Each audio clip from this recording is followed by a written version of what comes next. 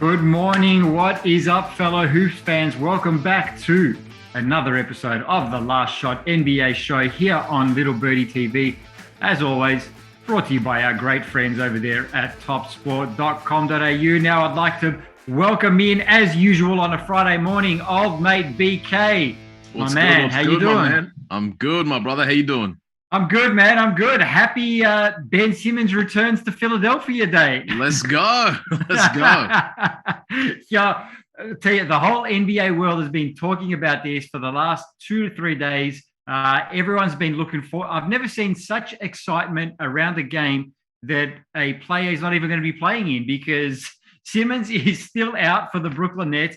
He will be sitting on the bench today for the Brooklyn Nets against the Philadelphia 76ers. BK, a lot of tension in the air in Philadelphia. The boos are going to be raining down upon him like furious vengeance and anger. What do you make of all this so far, BK? Right, they might burn the Wells Fargo Center to the ground today. This is going to be ridiculous. I mean, he's expecting a frosty reception, which no doubt the 76ers fans will give him. But get it out of the way. This is a good thing. It's something that's just kind of been lingering ever since the trade. Obviously, him playing in the game would have changed things dramatically. But it's going to be interesting because regardless of the Ben Simmons stuff, this is going to be a good game.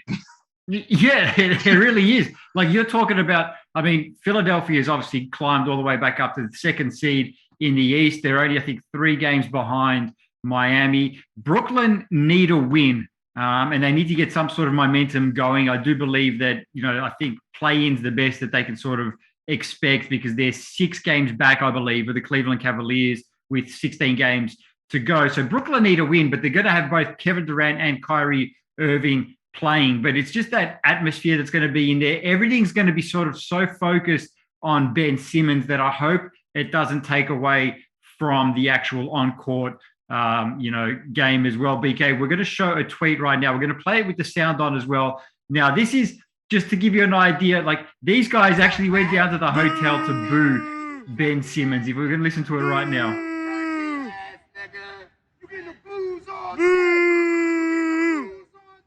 Thanks for James, man. Now, it didn't sound like there was a lot of them down there. There was maybe about 2-3 guys down there, but they were just clearly going boo, boo. Now, you can imagine when you get 18,000 people in the arena, what that's going to sound like. I'm actually tuning in specifically just for that. I want to see how that plays out. But there was a good quote from Kevin Durant. It was a long quote, but I'm going to read it all out. It bears mentioning when they asked him if he had any words of advice for Ben Simmons. He said, "That's one of those things he's going to have to experience for himself. I can't go over there. No one's going to hold his hand. I'm sure it's going to be personal attacks. There's going to be some words that may trigger you, but that's just how fans are. They want to get under our skin, let their voices be heard. Part of the experience of coming to an NBA game is to heckle. Some people don't even enjoy basketball. Their lives are shitty, that they just aim to get it out of the people. So it's easy to kind of get that release at a basketball game. Ben understands that, and sure, some stuff may be funny. But at the end of the day, we realize that life is amazing. We play the game of basketball for a living, and a little bit of trash talk is what it is." Now, that's just another way of LeBron's, you guys are all broke spiel after the 2011 finals. But BK, should Ben Simmons just embrace the hate and go full heel on him? Yeah, you got to lean into it. I mean, there's the backdrop of his arbitration case that he's building as well. So I'm not expecting too much from Simmons. He's expecting obviously a pretty hostile situation, but it's good to have a guy like Kevin Durant in the locker room with you, because if anyone knows about getting booed and hostile game environments, it's Kevin Durant. So having that kind of player and veteran to kind of lean on, put his arm around him, I think will really help Simmons in this situation. But it's going to be fun. It's going to be fun on court. It's going to be interesting off the court to see how things kind of transpire, especially because there's only 2 games on tonight. So everybody's going to be watching this.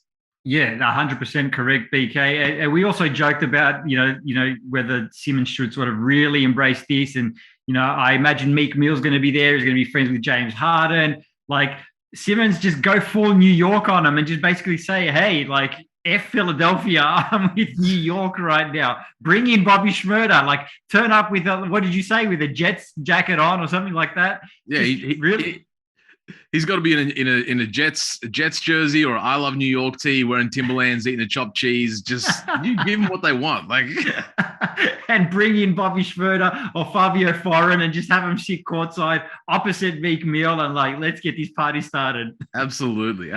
Simmons has got every right to, because they're gonna bring it. But that's the interesting thing though, is that like despite all of the circus that's going on, this game, I think once things get underway and get settled in pretty quickly after all the circus and hoopla, this is going to be a really, really good game. We've got Joel Embiid, James Harden. I expect James Harden to go crazy in this game. Like he's got a point to prove. Absolutely. Against the Brooklyn Nets. And then obviously we saw what Kyrie did a couple nights ago, dropping that 50 piece. Like, let's redirect our attention to what's actually happening on the court, because this is going to be one of the best games of the stretch run. Yeah, I agree with you. I think it is going to be a fun game, but like I said, hopefully the off-court stuff doesn't, overshadow the on-court product, which is, I'm sure, going to be very good. All right, BK, moving on. We're going to talk a little bit about the rookie class this season, specifically the first 7 draft picks, because for the most part, all of them, with the exception of maybe one, and I'll let you speak about that in a second, these guys are looking like potential future stars. Now, I'm just going to read off the order in these guys that were drafted. Number 1 was Cade Cunningham. Number 2, Jalen Green, who actually I think is really coming into his own lately. Number 3 was Evan Mobley, clear front runner for the the Rookie of the Year. I'm sorry, so far. Scotty Barnes has got to be up there as well for Rookie of the Year. Jalen Suggs at number 5. Old mate Josh Giddey at number 6. And number 7, Jonathan Kuminga there with the Golden State Warriors. BK, with the exception of probably Suggs, the rest of these guys are looking very, very good, very impressive, very composed for first-year players. What's going on with this draft class, BK? Is this going to end up being one of the best draft classes? Man, even extended out. Number 8, Franz Wagner had that nice little stretch earlier this season. Then you got Zaire Williams at 10 and Davion Mitchell at 9. Like, there's just a lot of talent in this group. And when you sort of went through that top 7 guys, there's been moments throughout this regular season where each one of those guys has looked like the best player in the class. Like, and if you want to go to Jalen Green, just yesterday against the Lakers, had his kind of breakout game, dropping 32 in that OT win. But Cade Cunningham's been the one that's really kind of impressed alongside Green after the All-Star break. Obviously, it was Mobley, Giddey, and Barnes kind of doing their thing before the All-Star break. Barnes has been really good of late as well. But when you sort of go down the list, like there's future stars all throughout that sort of top part of the draft. And even when you look into the second round as well, I'm going to hit you with some names: Jeremiah Robinson-Earl, Herbert Jones, Ayo Dosunmu, Delano Benton. There's just guys all the way down this draft that look like they're going to be A, either really, really good NBA players, or B, potential, future All-Stars and MVPs. I'm really excited about what's to come for this draft class, because I think when we look back in a couple of years, this could be one of the better ones in recent history. I know you're big on the Delano Benton bandwagon there, so I know you had to throw that one in there. I had to sneak him in. You had to throw that one in there. But I agree with you. Look, time will tell, right, whether this class ends up being, we look at 84 and 96 as probably the 2 best draft classes of all time, because they were so deep as well. Now, you mentioned those guys in the second round. I don't think this one's going to be as deep, so I'm not going to put it up. I'm not going to make any bold statements and put it up with 84 and 96, but it is a very, very good class. And look, just off those 7 names alone, the first 7 names that we spoke about, I'd probably look at Mobley, Barnes, and Giddey.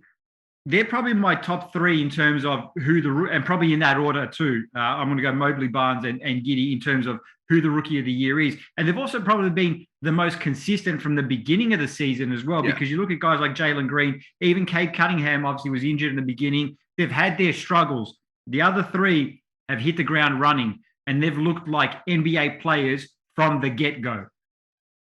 Big time. That's kind of what separates these guys, is the consistency. And that's probably why Mobley I think probably is still the favorite for Rookie of the Year. But I honestly, Cade Cunningham is making it tough because he's putting up big numbers, especially in this sort of last 10, 15 game stretch. He really looks like the player that everyone expected when he was drafted with the number one overall pick. So honestly, I'd probably have him at number 2 in my Rookie of the Year standings, just in terms of the level of production from him. Over Scotty Barnes?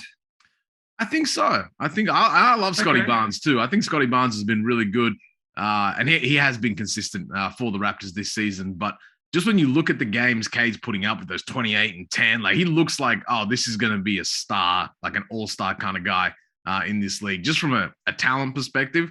And it has only been, probably the second half of the season that Cade's really kind of stepped into that, and a little bit before the All-Star break as well. But I'm going to give Cade some love because he wasn't getting that shine earlier in the season, but he's definitely earned it as the season has gone on. I'm not mad at that, BK. I don't totally agree with just because for me to be that sort of top 3, and you've got to have been consistent from the get-go, and he did take a while to sort of get going. Yes, he has been playing fantastic of late, but the other 3 guys have been doing it from pretty much their first game of the season. So I've still got those 3. I'll put Cade Cunningham maybe just, that rung below them. But yeah, like you said, he's been playing fantastic basketball of late. He's definitely going to be a future star. Yeah, this is just a really solid class. Like I think even Sengun from the Rockets as well, he's in there. He's been playing really well as well. Like there's just guys out there that are contributing to their teams. Kuminga, he looks great for the Warriors too. Like I don't know how much he's going to be a factor in the postseason, but when Steve Kerr lets him stretch his legs and get out there a little bit, like you see some plays from Kuminga, you're like, okay, this guy's got something. Yeah, no, absolutely. Yeah, we'll see how much he gets to play during the postseason, and we'll see how this draft class turns out. It's going to be an interesting end-of-year vote for the Rookie of the Year. It's going to be interesting to see how media members and alike sort of, which way they lean towards. BK, we're going to move on to old mate John Wall. Now, he hasn't played seemingly in forever with the Houston Rockets. I was about to say the Washington Wizards, but we're going to talk about the Wizards right now. He hasn't played for the Wizards for an even longer period of time. He spent his first 10 seasons in the league, obviously, with the Wizards, was traded to Houston in 2020 as part of the Russell Westbrook deal. Hasn't quite worked out for him over there due to injuries, and then obviously this season, other factors as well. Well, the Wizards, the Rockets have said that, they kind of want to focus on developing the young guys. They were supposed to have traded him by now. He's still there. He's not playing. David Aldridge reported that John Wall is interested in going back to the Washington Wizards. He'd be open to a return there, BK. What did you make of that? I actually really like this because especially if Bradley Beal is committing his long-term future to the Wizards, whether that's something that's going to come to fruition or not. But if you can bring back John Wall, they all of a sudden have a need for a point guard. They moved Dinwiddie and Holiday, so they kind of don't really have that kind of productive ball dominant point guard. I know John Wall's only played like 40 games in the last 3 seasons, but if you can find a way, if you're the Wizards, to then roll out a lineup with Wall, Beal, KCP, Kuzma, and Porzingis, like that's not a bad team. The issue is the salary. He's making $47 million. I don't know how they're going to piece together, that much salary to kind of figure out a trade. Whether it's the Houston Rockets buying out John Wall and he makes his way back there, but then if he does get a buyout, I don't know if the Wizards are at the top of his list. But I like this. Even if the Wizards decided a couple of seasons ago that John Wall wasn't the guy for them, a lot changes in 2-3 years in the NBA. This is a different Wizards team. Yeah, that was actually going to be my question to you. Like, how do they make these happen? And I do think a lot of it is dependent on Bradley Beal, because if Beal leaves, right, that's like your biggest. I think what's his salary? He's on what, 30, I believe, or give or take. About that, yeah. But he's about to sign a big extension. Yeah, right. So I think that's going to play a big part in whether you can actually bring Wall back. If he gets bought out, like you said, he can go anywhere he wants on a much lower salary. But I don't know last I heard, I don't think he wanted a buyout I don't think he's prepared to take anything less than what he's owed. Yeah, right. And that's fair enough. He's owed a lot of money. But yeah, Bradley Beal's got to go put the Godfather moves on and say, look, I'll stay if you bring back the homie. I just feel like at this point, I think John Wall is like so desperate to play, like he'll say anything. Like someone might have just asked him, would you go back to Washington? Like, yeah, I'd go back to Washington. Yeah, I'll get on the court. Like I'm sitting here backing up Kevin Porter Jr. / not playing. I think he'd come down to the Cairns Taipans if they could give him $47 million. He's got a stake in the Phoenix. He could get some game time there. Oh, he's one. That's right. He is too. Yeah. Hey, let's get on to old mate Homicide. I'm sure he'd want to start the campaign. Let's go. But honestly, I still think John Wall can play. Like, I think the Houston Rockets situation is kind of, I guess the perception of him is a little miscued, because in the games that he did play for the Houston Rockets, he did look good. He didn't look like the old John Wall, but he looked like a version of John Wall that is still productive. Yeah, he did. I mean, if you look at the numbers, they weren't that bad. And you're looking at a guy, like you said, he's played 40 games in 3 years. So you're not going to look like your old self, after like not having played for so long. So yes, is he the old John Wall? Probably not. Is he still going to be a very good NBA player? Hell yeah, he is. Like, you don't become a scrub overnight, even after not having played for so long. So he can definitely help a team. It's going to be very interesting to see how that one plays out, because like you said, that contract is just hovering over him, $47 million. Something's going to have to happen. It's going to have to be a buyout. He's going to have to take less money, because no, the Wizards can't make that trade, because the only person they can trade to sort of even get close to matching is Bradley Beal. So I don't think they're going to trade Beal for John Wall. Absolutely not. They got to get creative and find a way to get a guy like John Wall back on the team. But the fit actually makes sense for them on the court, which is the part I like. John Wall, even at 70% of the old John Wall, is still better than most players. Well, and then like you said, when you factor in the other guys that are already on that team, Kuzma, Porzingis, Beal, like you said, that's a half decent squad in the Eastern Conference. They can actually, do something. So we'll see how that one plays out. All right, BK, we're going to take a look at the 2 games on the NBA schedule today, and then we're going to get out of here. We're going to start off with the main attraction, Brooklyn at Philadelphia. Philadelphia here, favorites $1.57. Brooklyn Nets $2.52. Lines at -4.5. Total at 236 flat. Live on ESPN. Records and form going out the window today, I believe, BK. This one's going to be chippy. Obviously KD and Kyrie playing for Brooklyn today. Joel Embiid and Harden for Philadelphia. But just for the record, Philly are 4-1 since the Harden trade. And he's been playing absolutely fantastic. He seems reinvigorated somehow by playing for a new franchise. His points are up, his assist numbers are up. I think rebounds are about the same. No David Duke Jr., no LaMarcus Aldridge, and no Danny Green for Philadelphia 76ers. BK, the moment of truth. Who do you like? I got to rock with the home team. I can't go past Harden and Embiid in this one. I think the energy in that arena is going to be crazy. And that definitely does work in the 76ers' favor.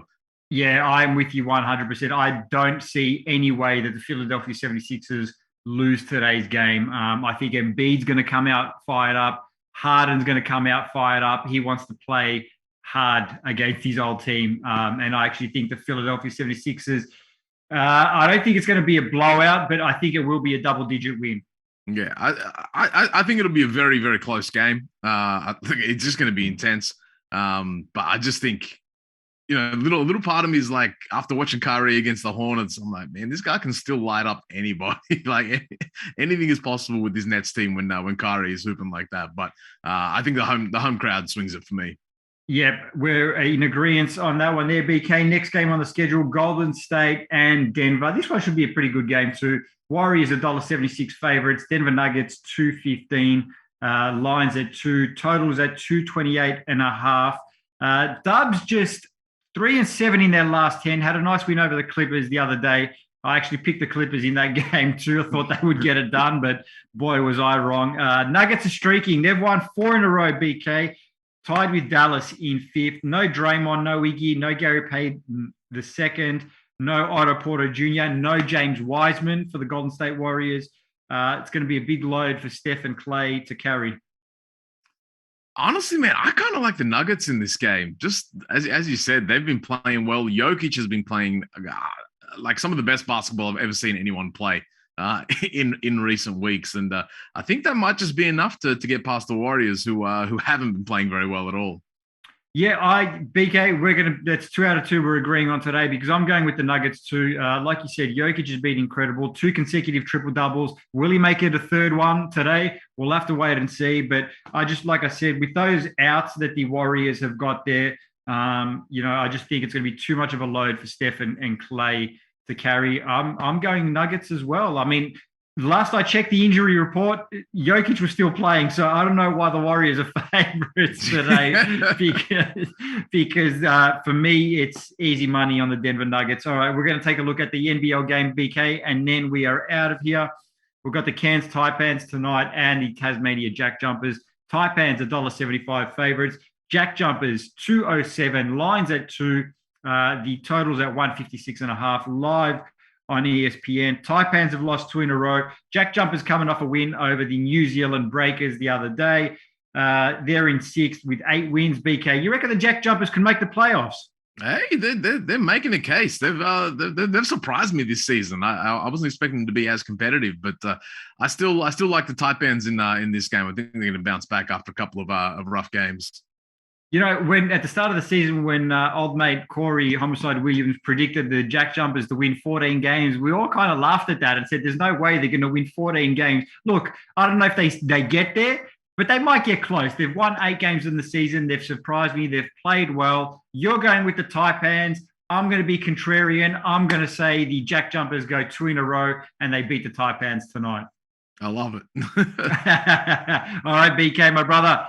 We're going to let you go. Go and enjoy this game. I know, you're a Philadelphia fan, so you might be raining down some booze from your living room today as well. No chance. I'm a lover, not a hater. I'm here for Ben Simmons. I hear you, my man. I'm Team Simmons all the way too. All right, guys. This has been another episode of the Last Shot NBA show here on Little Birdie TV. We'll catch you guys with BK on Monday morning. I'm going to go make some popcorn.